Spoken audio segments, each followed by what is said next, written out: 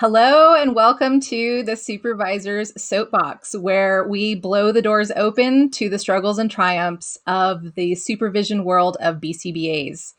We're probably also going to be addressing some hot topics that should or maybe shouldn't be part of the supervision experience. We'll let you decide. We are your hosts. I'm Madi. And I'm Margaret. So today's episode is our grand entrance into the streaming and podcast world. So, bear with us kind of as we're kind of navigating this, but I kind of wanted to jump into asking Marty and Margaret, can you kind of just, because I am the latecomer, can you kind of just share your vision of LEAP? Yeah, so LEAP came about, late last year. It was around October, November, and the BACB had just released all of that information about the demographics of the practitioners.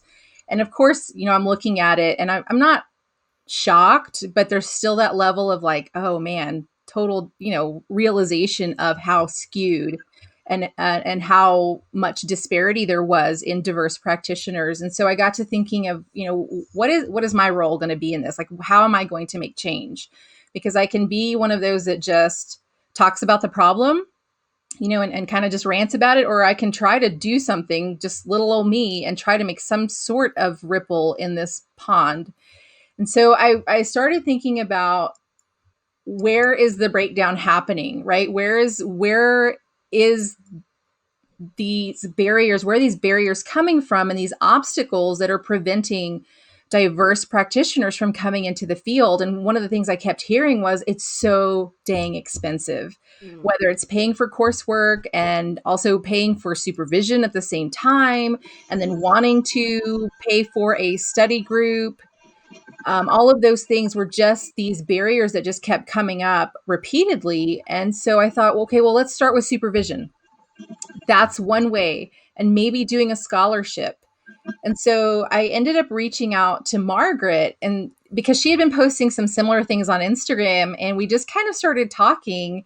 And Margaret, you might remember this better than me, because I really don't even remember what I ate for breakfast this morning. So I think that's how it kind of started, was just this conversation. Yeah, I mean, I think we just kind of started talking about supervision and just the challenges that people face with supervision.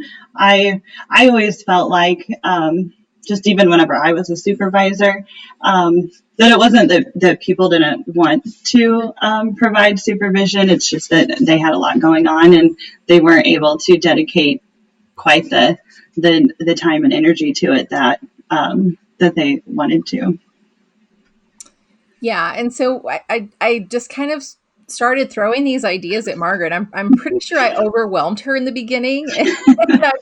I think she was debating on whether to block me or restrict me on IG, because I would just keep coming back with like, what about this? And let's try this. So yeah, she was very incredibly patient with me. I just rolled with it all, which is probably now why I keep asking you all, where can I find this? Where can I find this? Because this idea has just morphed over the weeks, which is a great thing. But yeah. Yeah, and now we actually do have a cohort, right? We have like a scholarship cohort, because that's how I got involved with you, Marty, is that you asked me to be on the panel and all that stuff, and so now we have like a little scholarship cohort already starting, correct? Yes. So we have 9 students in that. They are scholarshiped or receiving supervision at like a greatly reduced rate that is, manageable for them. And I love it. And I think that's my special ed background, having been a special ed teacher for so many years, being able to provide that kind of teaching and mentorship is so rewarding to me, and being able to be that source of support. And really quickly, so LEAP, I want to go back and talk about what LEAP stands for. LEAP is short for the Lighthouse for Equitable Access and Practices. And I picked the lighthouse because it has such good symbolism, but also just kind of a personal note. It was something my dad loved. My dad loved lighthouses. He always wanted to go travel and go see lighthouses. And we talked about doing that when he retired, but unfortunately he passed away before that could happen. So this was just my tiny way of connecting and bringing my dad along into this vision that I had of, having a field that is just incredibly diverse, in culture, in race, in gender, in orientation, in neurodiversity. I Mhm. think that is one of the biggest goals for me, is to see more of those faces being on larger platforms, right? And so yeah, I and so the scholarship was the first step. It's like, this is my little part, this is how I can help, and Christina, you were so gracious enough to be on that scholarship committee, and we kind of hit it off because we would start talking, and we would talk about all of these things, and the conversation would just go. And Mhm. there was one day where I said, we should just do a podcast, because we can talk about some stuff for a long time, and just, Yes. you know, I think it's stuff that people want and need to hear, right? I mean, I know there's a lot of great podcasts out there, but just experiences from the supervision world, from both sides, whether you're a supervisee or the supervisor, just knowing what the obstacles are, and knowing that we all kind of feel like we're alone in this, and there's not really someone to reach out and say, hey, I need help with this. I'm not quite sure where to go with this, but we've kind of talked about that fear of asking for help in this field. Yes.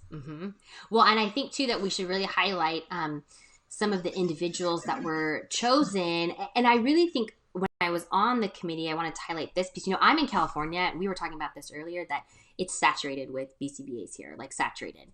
And one of the people in the cohort, she had mentioned in her interview that, like, you can't get a BCBA for like a mile away, right? And I'm so spoiled here in California. That was like, it was really a wake up for me, that I was like, wow, that's a bummer, that she couldn't find anybody. And then it's so expensive if you do like hire someone for supervision. And it's that's disappointing, so that was like such a wake up call. So I really like that the philosophy also behind LEAP, that we're giving this scholarship to people who um, are diverse and don't have access and funding and all of that other thing, those things, because I think that that's really important, because it does get so expensive. I can't even tell you how much money I spent even on just the testing material alone. Like, it's very expensive, and so and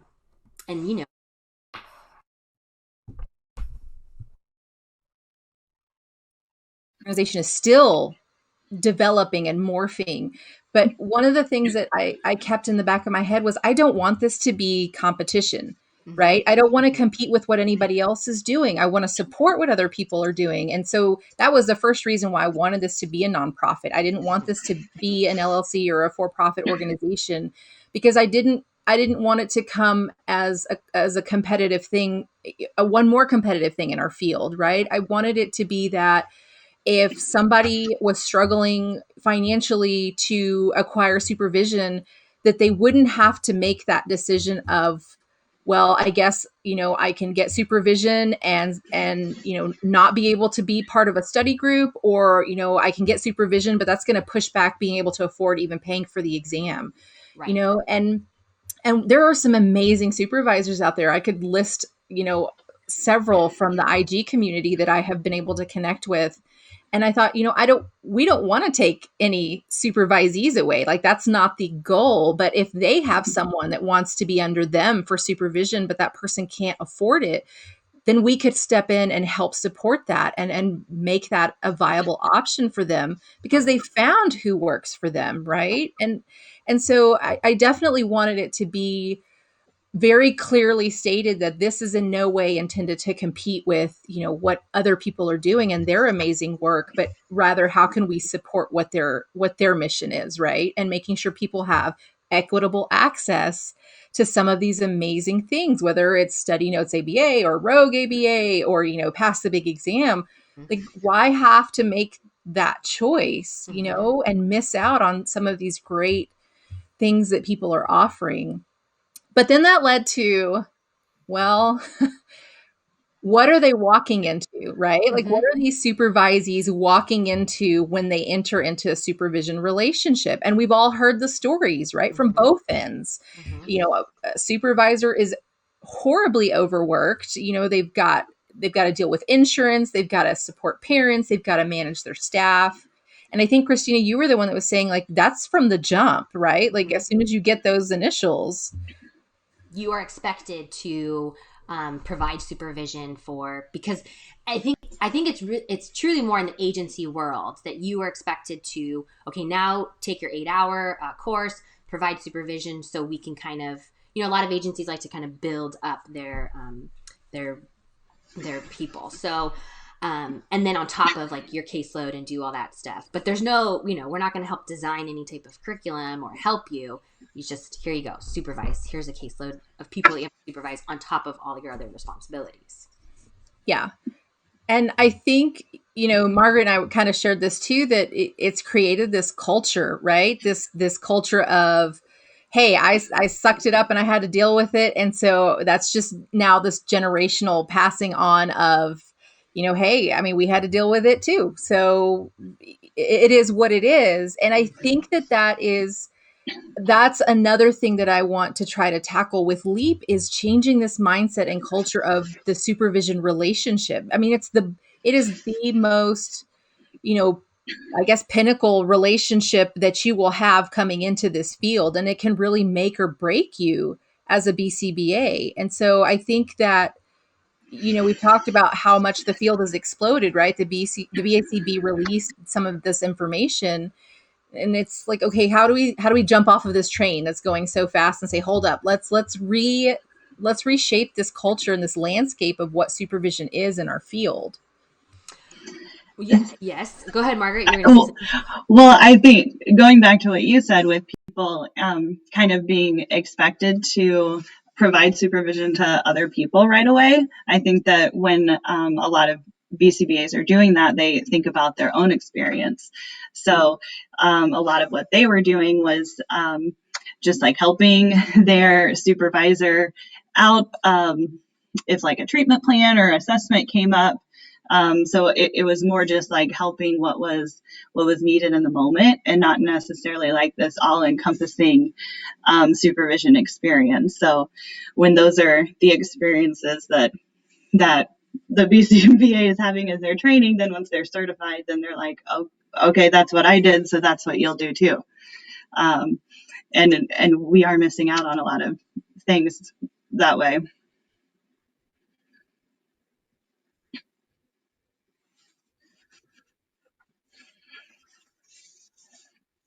Sometimes it's hard explaining, like, that how much work is involved and that you're truly responsible for this person, while you're supervising them. So I think sometimes they think it's not just the signing off on hours, which I think is what people did, that's that kind of not so great supervision experience, because people are overloaded and all of those things. And it's like, no, it's really this mentor-mentee relationship that you want to foster. And like, the person that supervised me, I talk to him all the time. And so it's really, that you want that relationship is important.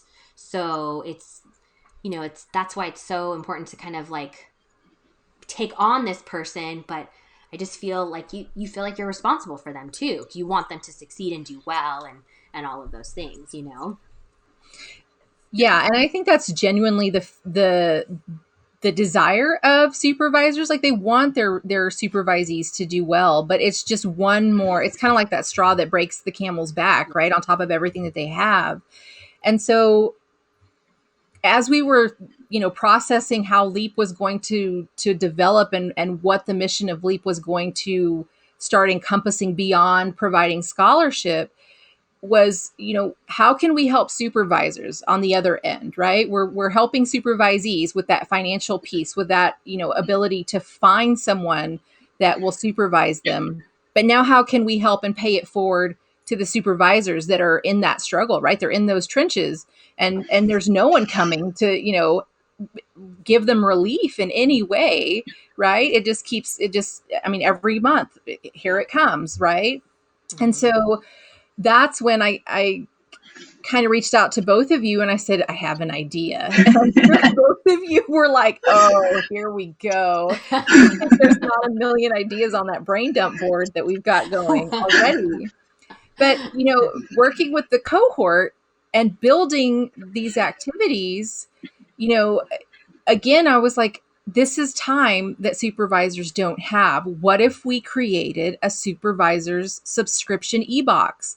I mean, how valuable would that be if every month I got the PowerPoint, slides, I got all of the articles related that would be beneficial, podcast episodes that are related for supervisees to listen to, and then, some of the other forms that we've been developing to go along with this.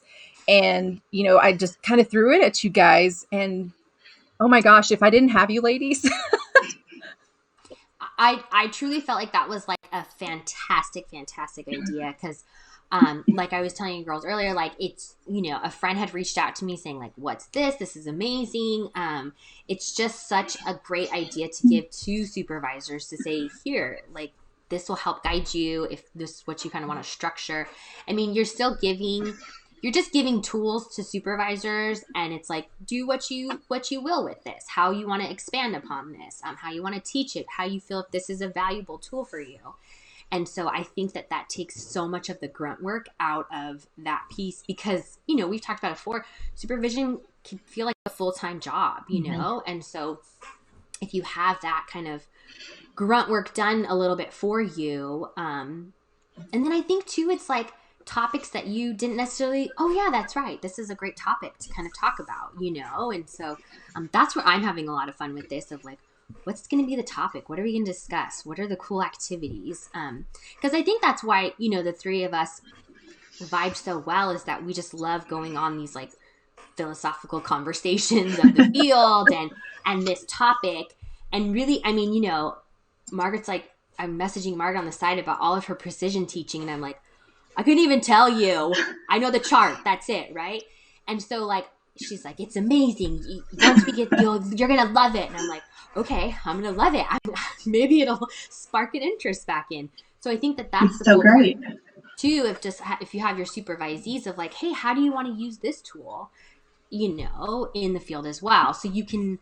It just, I think, helps foster that relationship a little bit more. Yeah, because based on the topic, it could be an experience for you all kind of to learn together. And I think it's cool too that the three of us have different backgrounds, so we have strengths in some areas where we kind of fill those different gaps for each other. So so that's been cool too. And so many times throughout this process, I have just been like, wow, this would have been amazing for me as a student and for me as a supervisor. Cause I just have conversations with a lot of BCBAs, and honestly, a lot of people that I talk to say the same thing and they have the same struggles. So that's just the hope with all of this. We can reach all sorts of people. Totally agree. Yeah, for sure.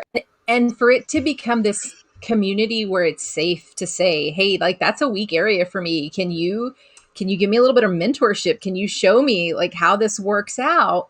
Instead of it being, like scrolling down the list, who could I possibly ask that's not going to report me to the BACB for not knowing this or not being as well versed? And I think that's such a good segue, Marty, because we're going to talk about that really quick. We were talking earlier that it's such a fake it till you make it field, right? And don't show any fear. Fake it till you make it. And I think that that's hindered our practice in some way, that it's like, you should be able to ask questions. And it was more like, when you're a supervisee, you're a behavior tech, ask all the questions, go ahead. But the moment you're in your letters, it's like, you're expected to know. It's the idea that you're expected to know everything. And so this humility and this, I can ask this person because they won't shame me versus this person might.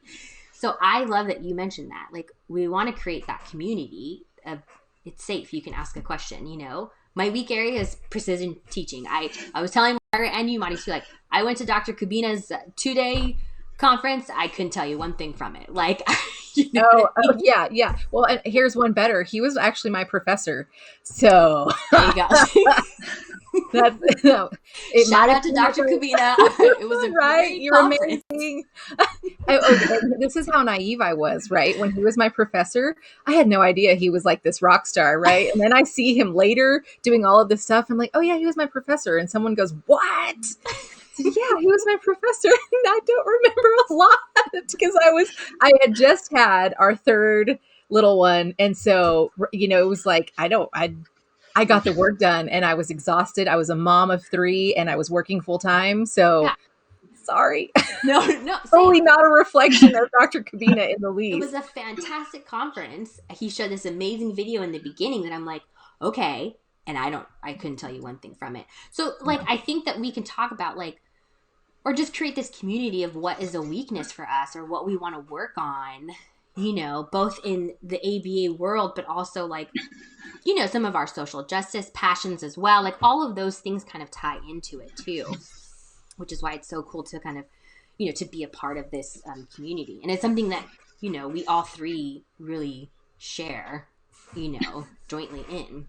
Yeah, for sure. Well, and I think too, I think sometimes, at least for me, experiencing some of the CEUs that I've gone through, I don't even think that we sometimes use the tools that we have, right? Like BST.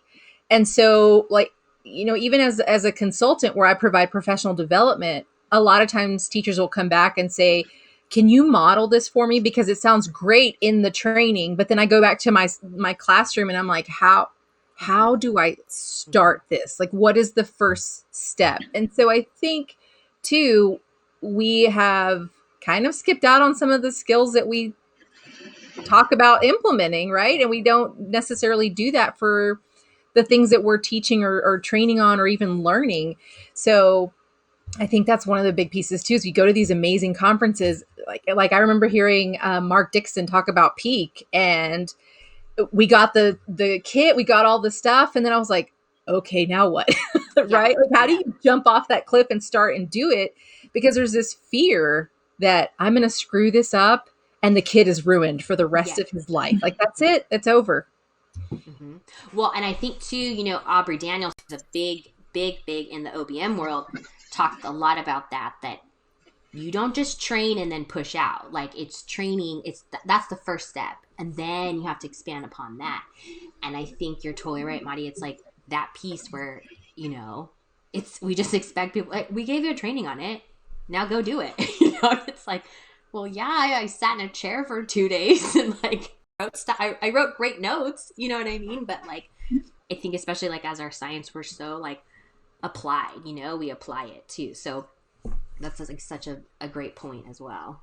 Yeah. Well, and I think there's some like misconception that when we're applied, that's perfection, right? It's a perfect application. And there is this kind of unsaid or unspoken fear that, applied cannot be a practicing and improving kind of practice or application. It's, at least for me, that's how I felt when I was first doing VB map, because nobody taught me how to do VB map. There was no training module, which is why my whole dissertation is on that. Like, how much better and how much improved inter-rater agreement would we have if people got this BST type training on VB map? But oh my gosh, implementing it the first couple of times is like, the kid's going to be scarred for life, and it's going to be all my fault because I'm going to mess up and forget a piece. So, and you're thinking of all the reasons why it's not going to work. It's not going to work. It's too much. There's too much to do, right? So yeah, exactly. Like, how can we be systematic about something like that? Totally. Yeah. So I really wanted to talk too more about kind of the like everyone's thoughts on like the disparity in the field. And I know this is like a big interest for you, Marty, and I really want to talk about that piece as well. Particularly because you had mentioned that when the board released their information and you knew it, you kind of expected it, but like, what were your thoughts on it? I think my immediate thoughts were, how is how is this impacting the diverse clients that we're serving? Like how is there potential harm, Mm-hmm. unintentional, Mm-hmm. but how is there possible harm occurring with clients that don't match culturally, that don't match, even like social and community wise? Because I can work with a student and impart my own social norms, right? And think that, okay, that's just the norm, but it's not. And there's this risk of inherently ostracizing this person from their immediate community that they go back to, because they are now demonstrating behaviors that don't fit that. They might have fit great in my world.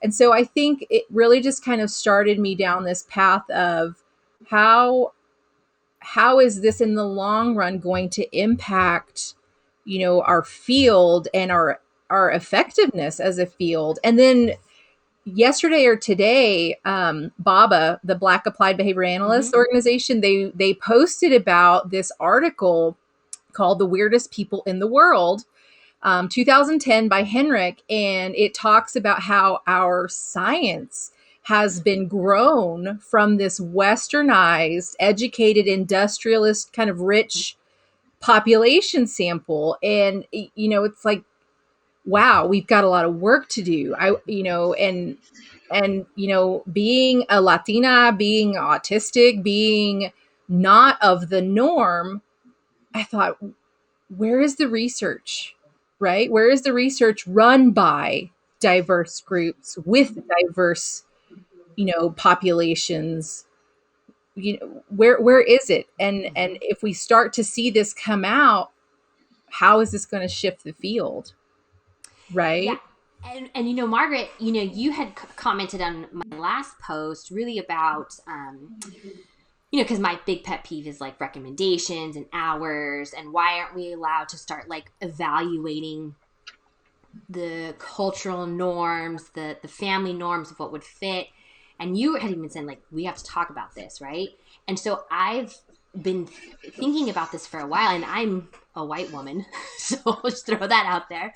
And so it's, but I did connect on that piece of you work with so many different, types of families and groups of people that you have to adapt your intervention and your services to like what would fit for families, right? And what their norms are and all of that. And I think it was like, we just saw the BACB kind of shift their ethical standards, even like of like families and all of that piece, which is really nice because that is an issue when you walk into families' homes. So Margaret, that long-winded rant that I went on, I was just curious, like, your thoughts as well on it, just like the disparity and how we can take more of like a cultural diverse lens in our practice.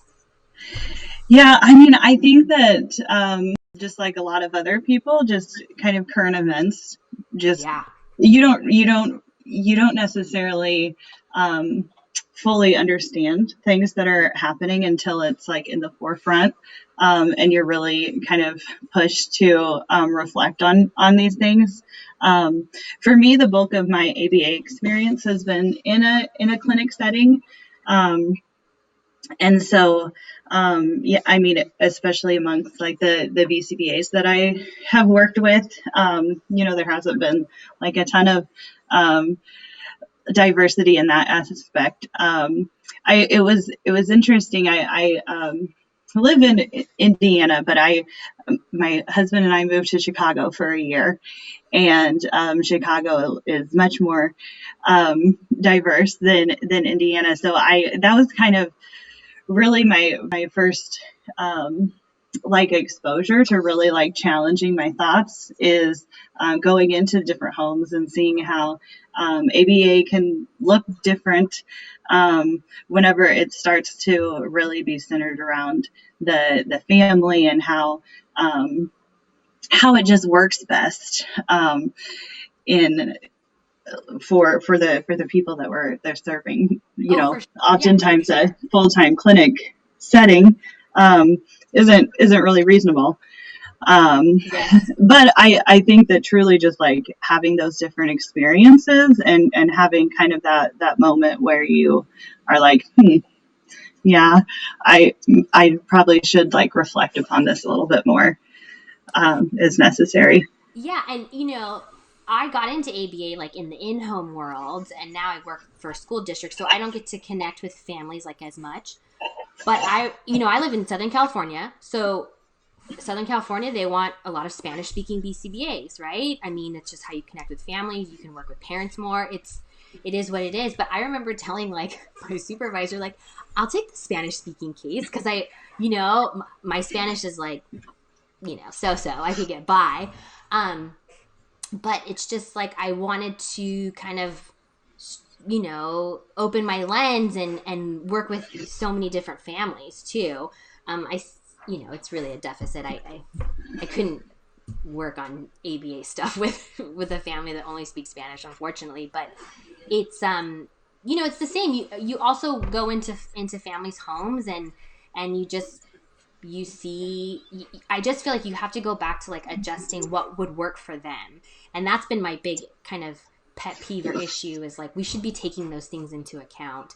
And then going back to like you were saying, Marty, the disparity within our field, I think if we had a more diverse population of practitioners, I think that we could contribute more. Those voices could contribute more to like, this is how we work with those families. I mean, I just got a webinar email today about like being more culturally diverse, kind of a thing. But it's like, well, yeah, but we need to as a field then, if we want that whole piece. So not just talk about it, but like be about it too.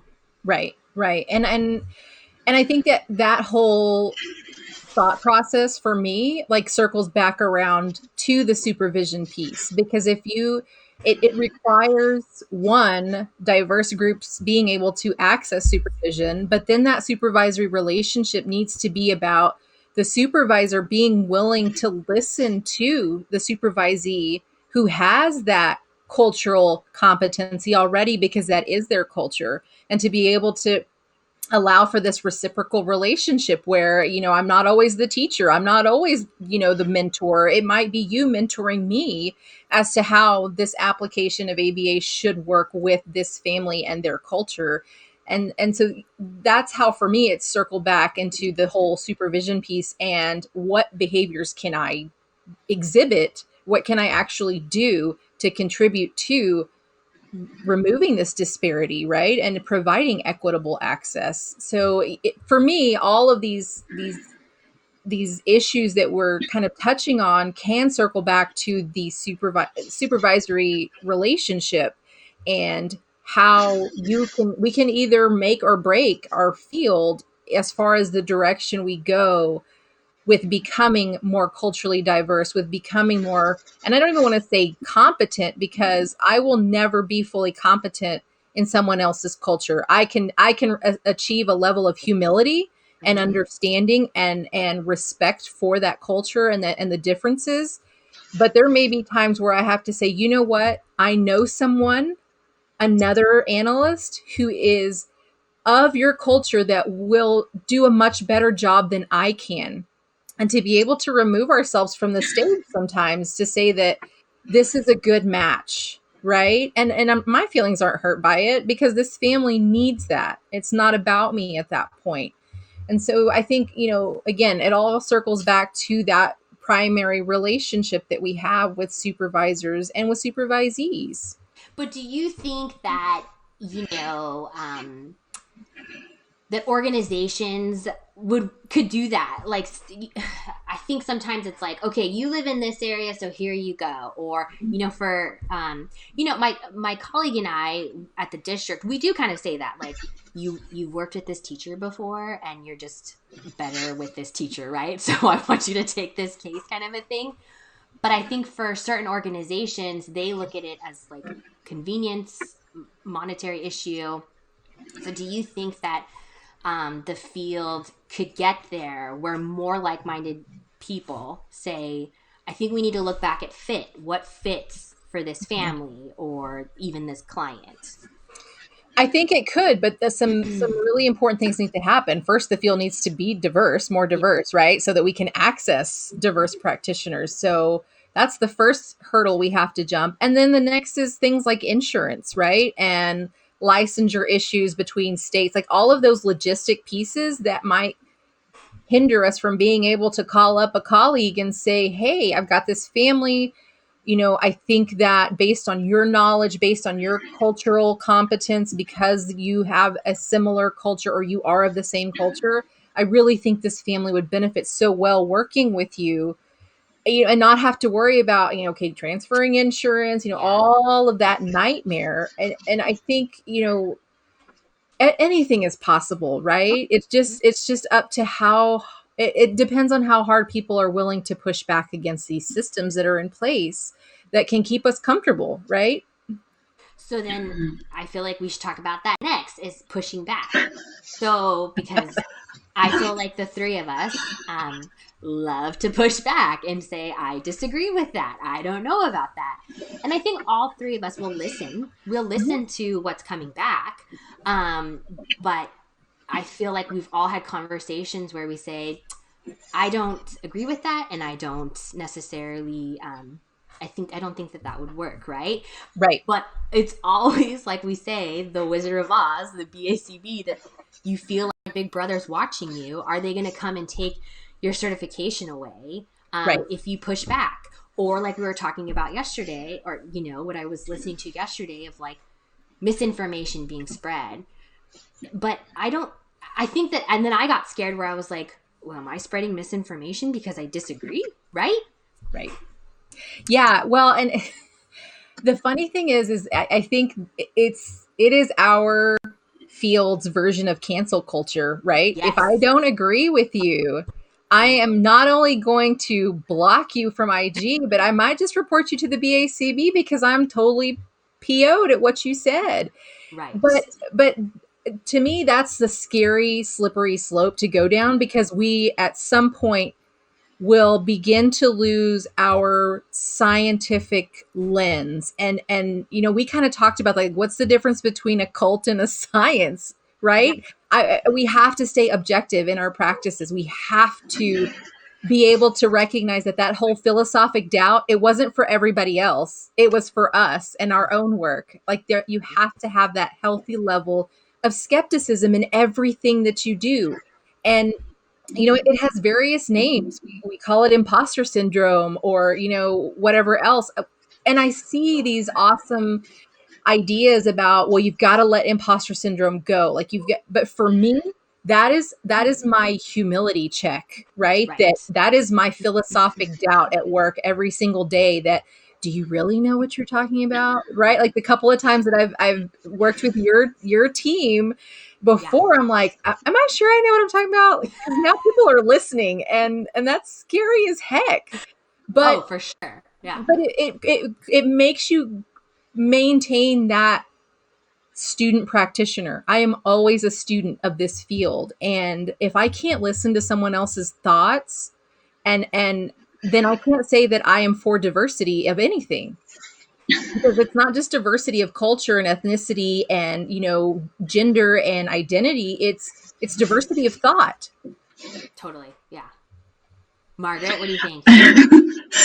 I think, oh man, I feel like just listening has triggered a lot of thoughts that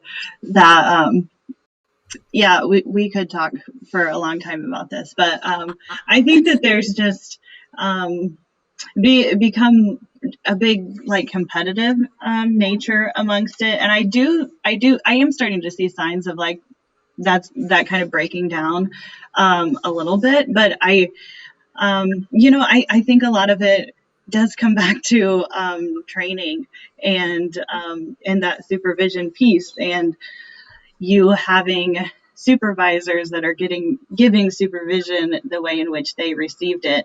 And they weren't ever really, like, challenged with their thoughts or even exposed to a lot of different things. Like, this is how things work here. And so this is how I'm best able to train you.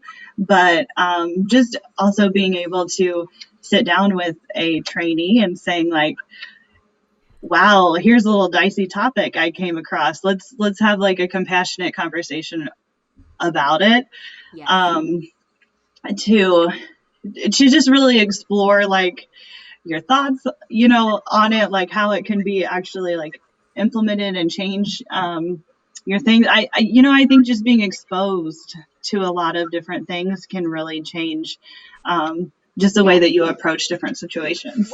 And we've talked about this before, that we've all agreed that like working in the special ed world, you are exposed to so much more. You're exposed to so many different service providers where you have to consult constantly, and maybe just solely ABA world, I think that humility gets lost sometimes, because it's like, well, that's an occupational therapy issue, and we don't really have an occupational therapist on deck, whereas in special ed, it's like, I'm going to go consult with the OT really quick because, I want to stay in my lane, kind of a thing, right? Right. But also, like, what you were saying, Monty, about the imposter syndrome, how it keeps you humble. I agree with you. I'm the same way.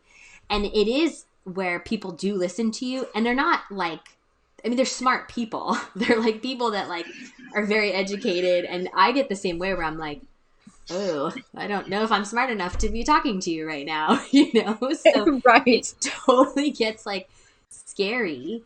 But I think but at the same time, I like that because it keeps me humble and it keeps me learning. And I do always feel this like, I'm not good enough yet. I want to get better. If I want to get better, then I need to keep learning, kind of mentality, Right. And I think you have to embrace the fact that no one is ever going to arrive. No. If that makes sense. Like, you're never going to arrive. So stop looking for that finish line, that okay, I know everything. I am a 100% competent BCBA, and I'm ready to, y'all know that I can't stand this phrase, save the world, right? Yeah, It's like that's a whole other podcast. Your trigger phrase. Right? Don't say you will save the world. Please don't.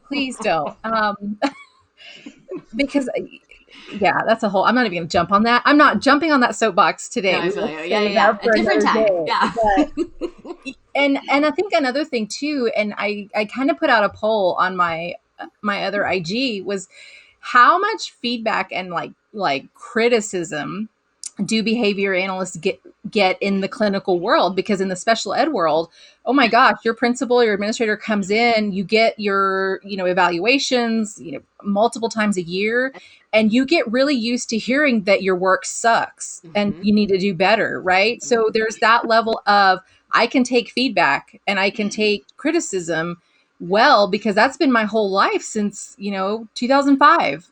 So I just don't know if that's another piece where practitioners need that, right? We need to hear, hey, that program kind of sucks. Let's do a little better, right? And it's not a personal attack. We have to be able to separate ourselves from that.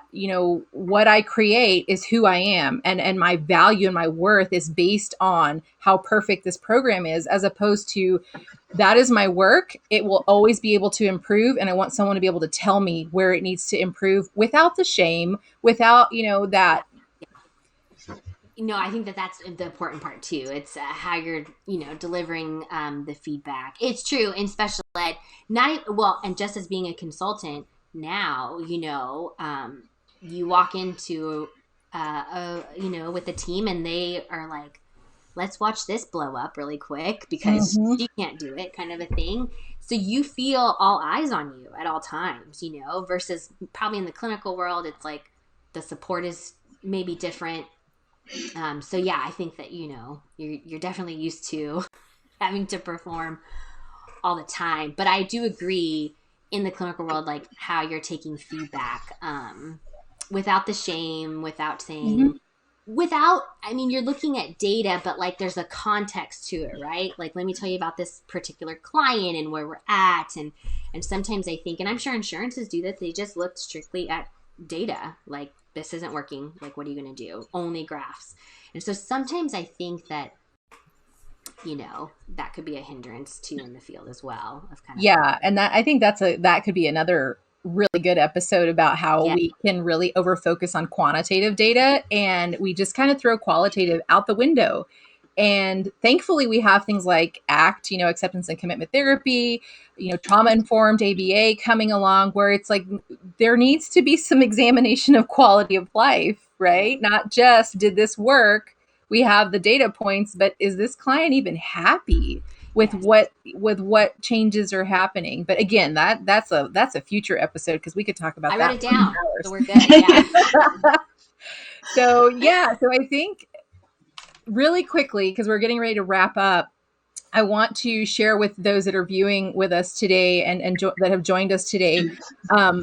First of all, thank you for joining us, and thank you for your amazing work in the field. I always feel that it's important to provide that positive reinforcement. I don't know that we hear a lot of that, right? You're in your clinic, you're in the trenches, and very rarely does someone come in and say, "Hey, thanks for being in the field with me. Thanks for putting your best effort." And wanting to make a positive impact. So definitely thank you to those that are in the trenches with us. Today's live stream was a freebie. It was an intro. And so one of the ways that we are garnering support for LEAP is through our Patreon. So our future streams will be an early access perk for our patron members. Again, this is a nonprofit. So everything that this organization is doing is us 100% free of charge. And so anytime any little donations come in, it is going straight back into the organization. And we have small goals like getting our 501c3 status. So again, we have a Patreon, this live access where you can engage with us and, put comments and questions will be available if you are at any level of subscriber or patron. And then for those of you that are not able to, shout out to New Armor Production for helping us get this off the ground. They will work their magic, and the following Friday, so next Friday, I have no idea what day of the month that is, the podcast will be dropped for anyone to join and listen. So thanks so much. Yes, and we did want to talk about the e-box really quick as well, right? Yes. What are we doing for the e-box? So for the subscription, the Supervisor subscription e-box, right now for this first round, we have a select number of patron membership slots that have access to that monthly Supervisor subscription e-box. However, stay tuned on our Leap Institute IG, because here in the next week, we are going to be running a giveaway, and we are going to be gifting 1 month's subscription. So it's one single month to 3 lucky supervisors. So if you know someone that's interested in that, or if you would like to see what we've been working on, just stay tuned on our IG and we will have the deets up on that shortly. Yes. Perfect. Well, this was so fun. Not even that bad, right? Everyone's nervous. We're nervous. We did it. Yes. We totally did it. Again, my prayer worked. I did not choke on my spit. So yes, I made it. I'm so excited to continue for our next episode. It's just going to be good times, friends. And there we go. So now we are stepping off of our soapbox. Thank you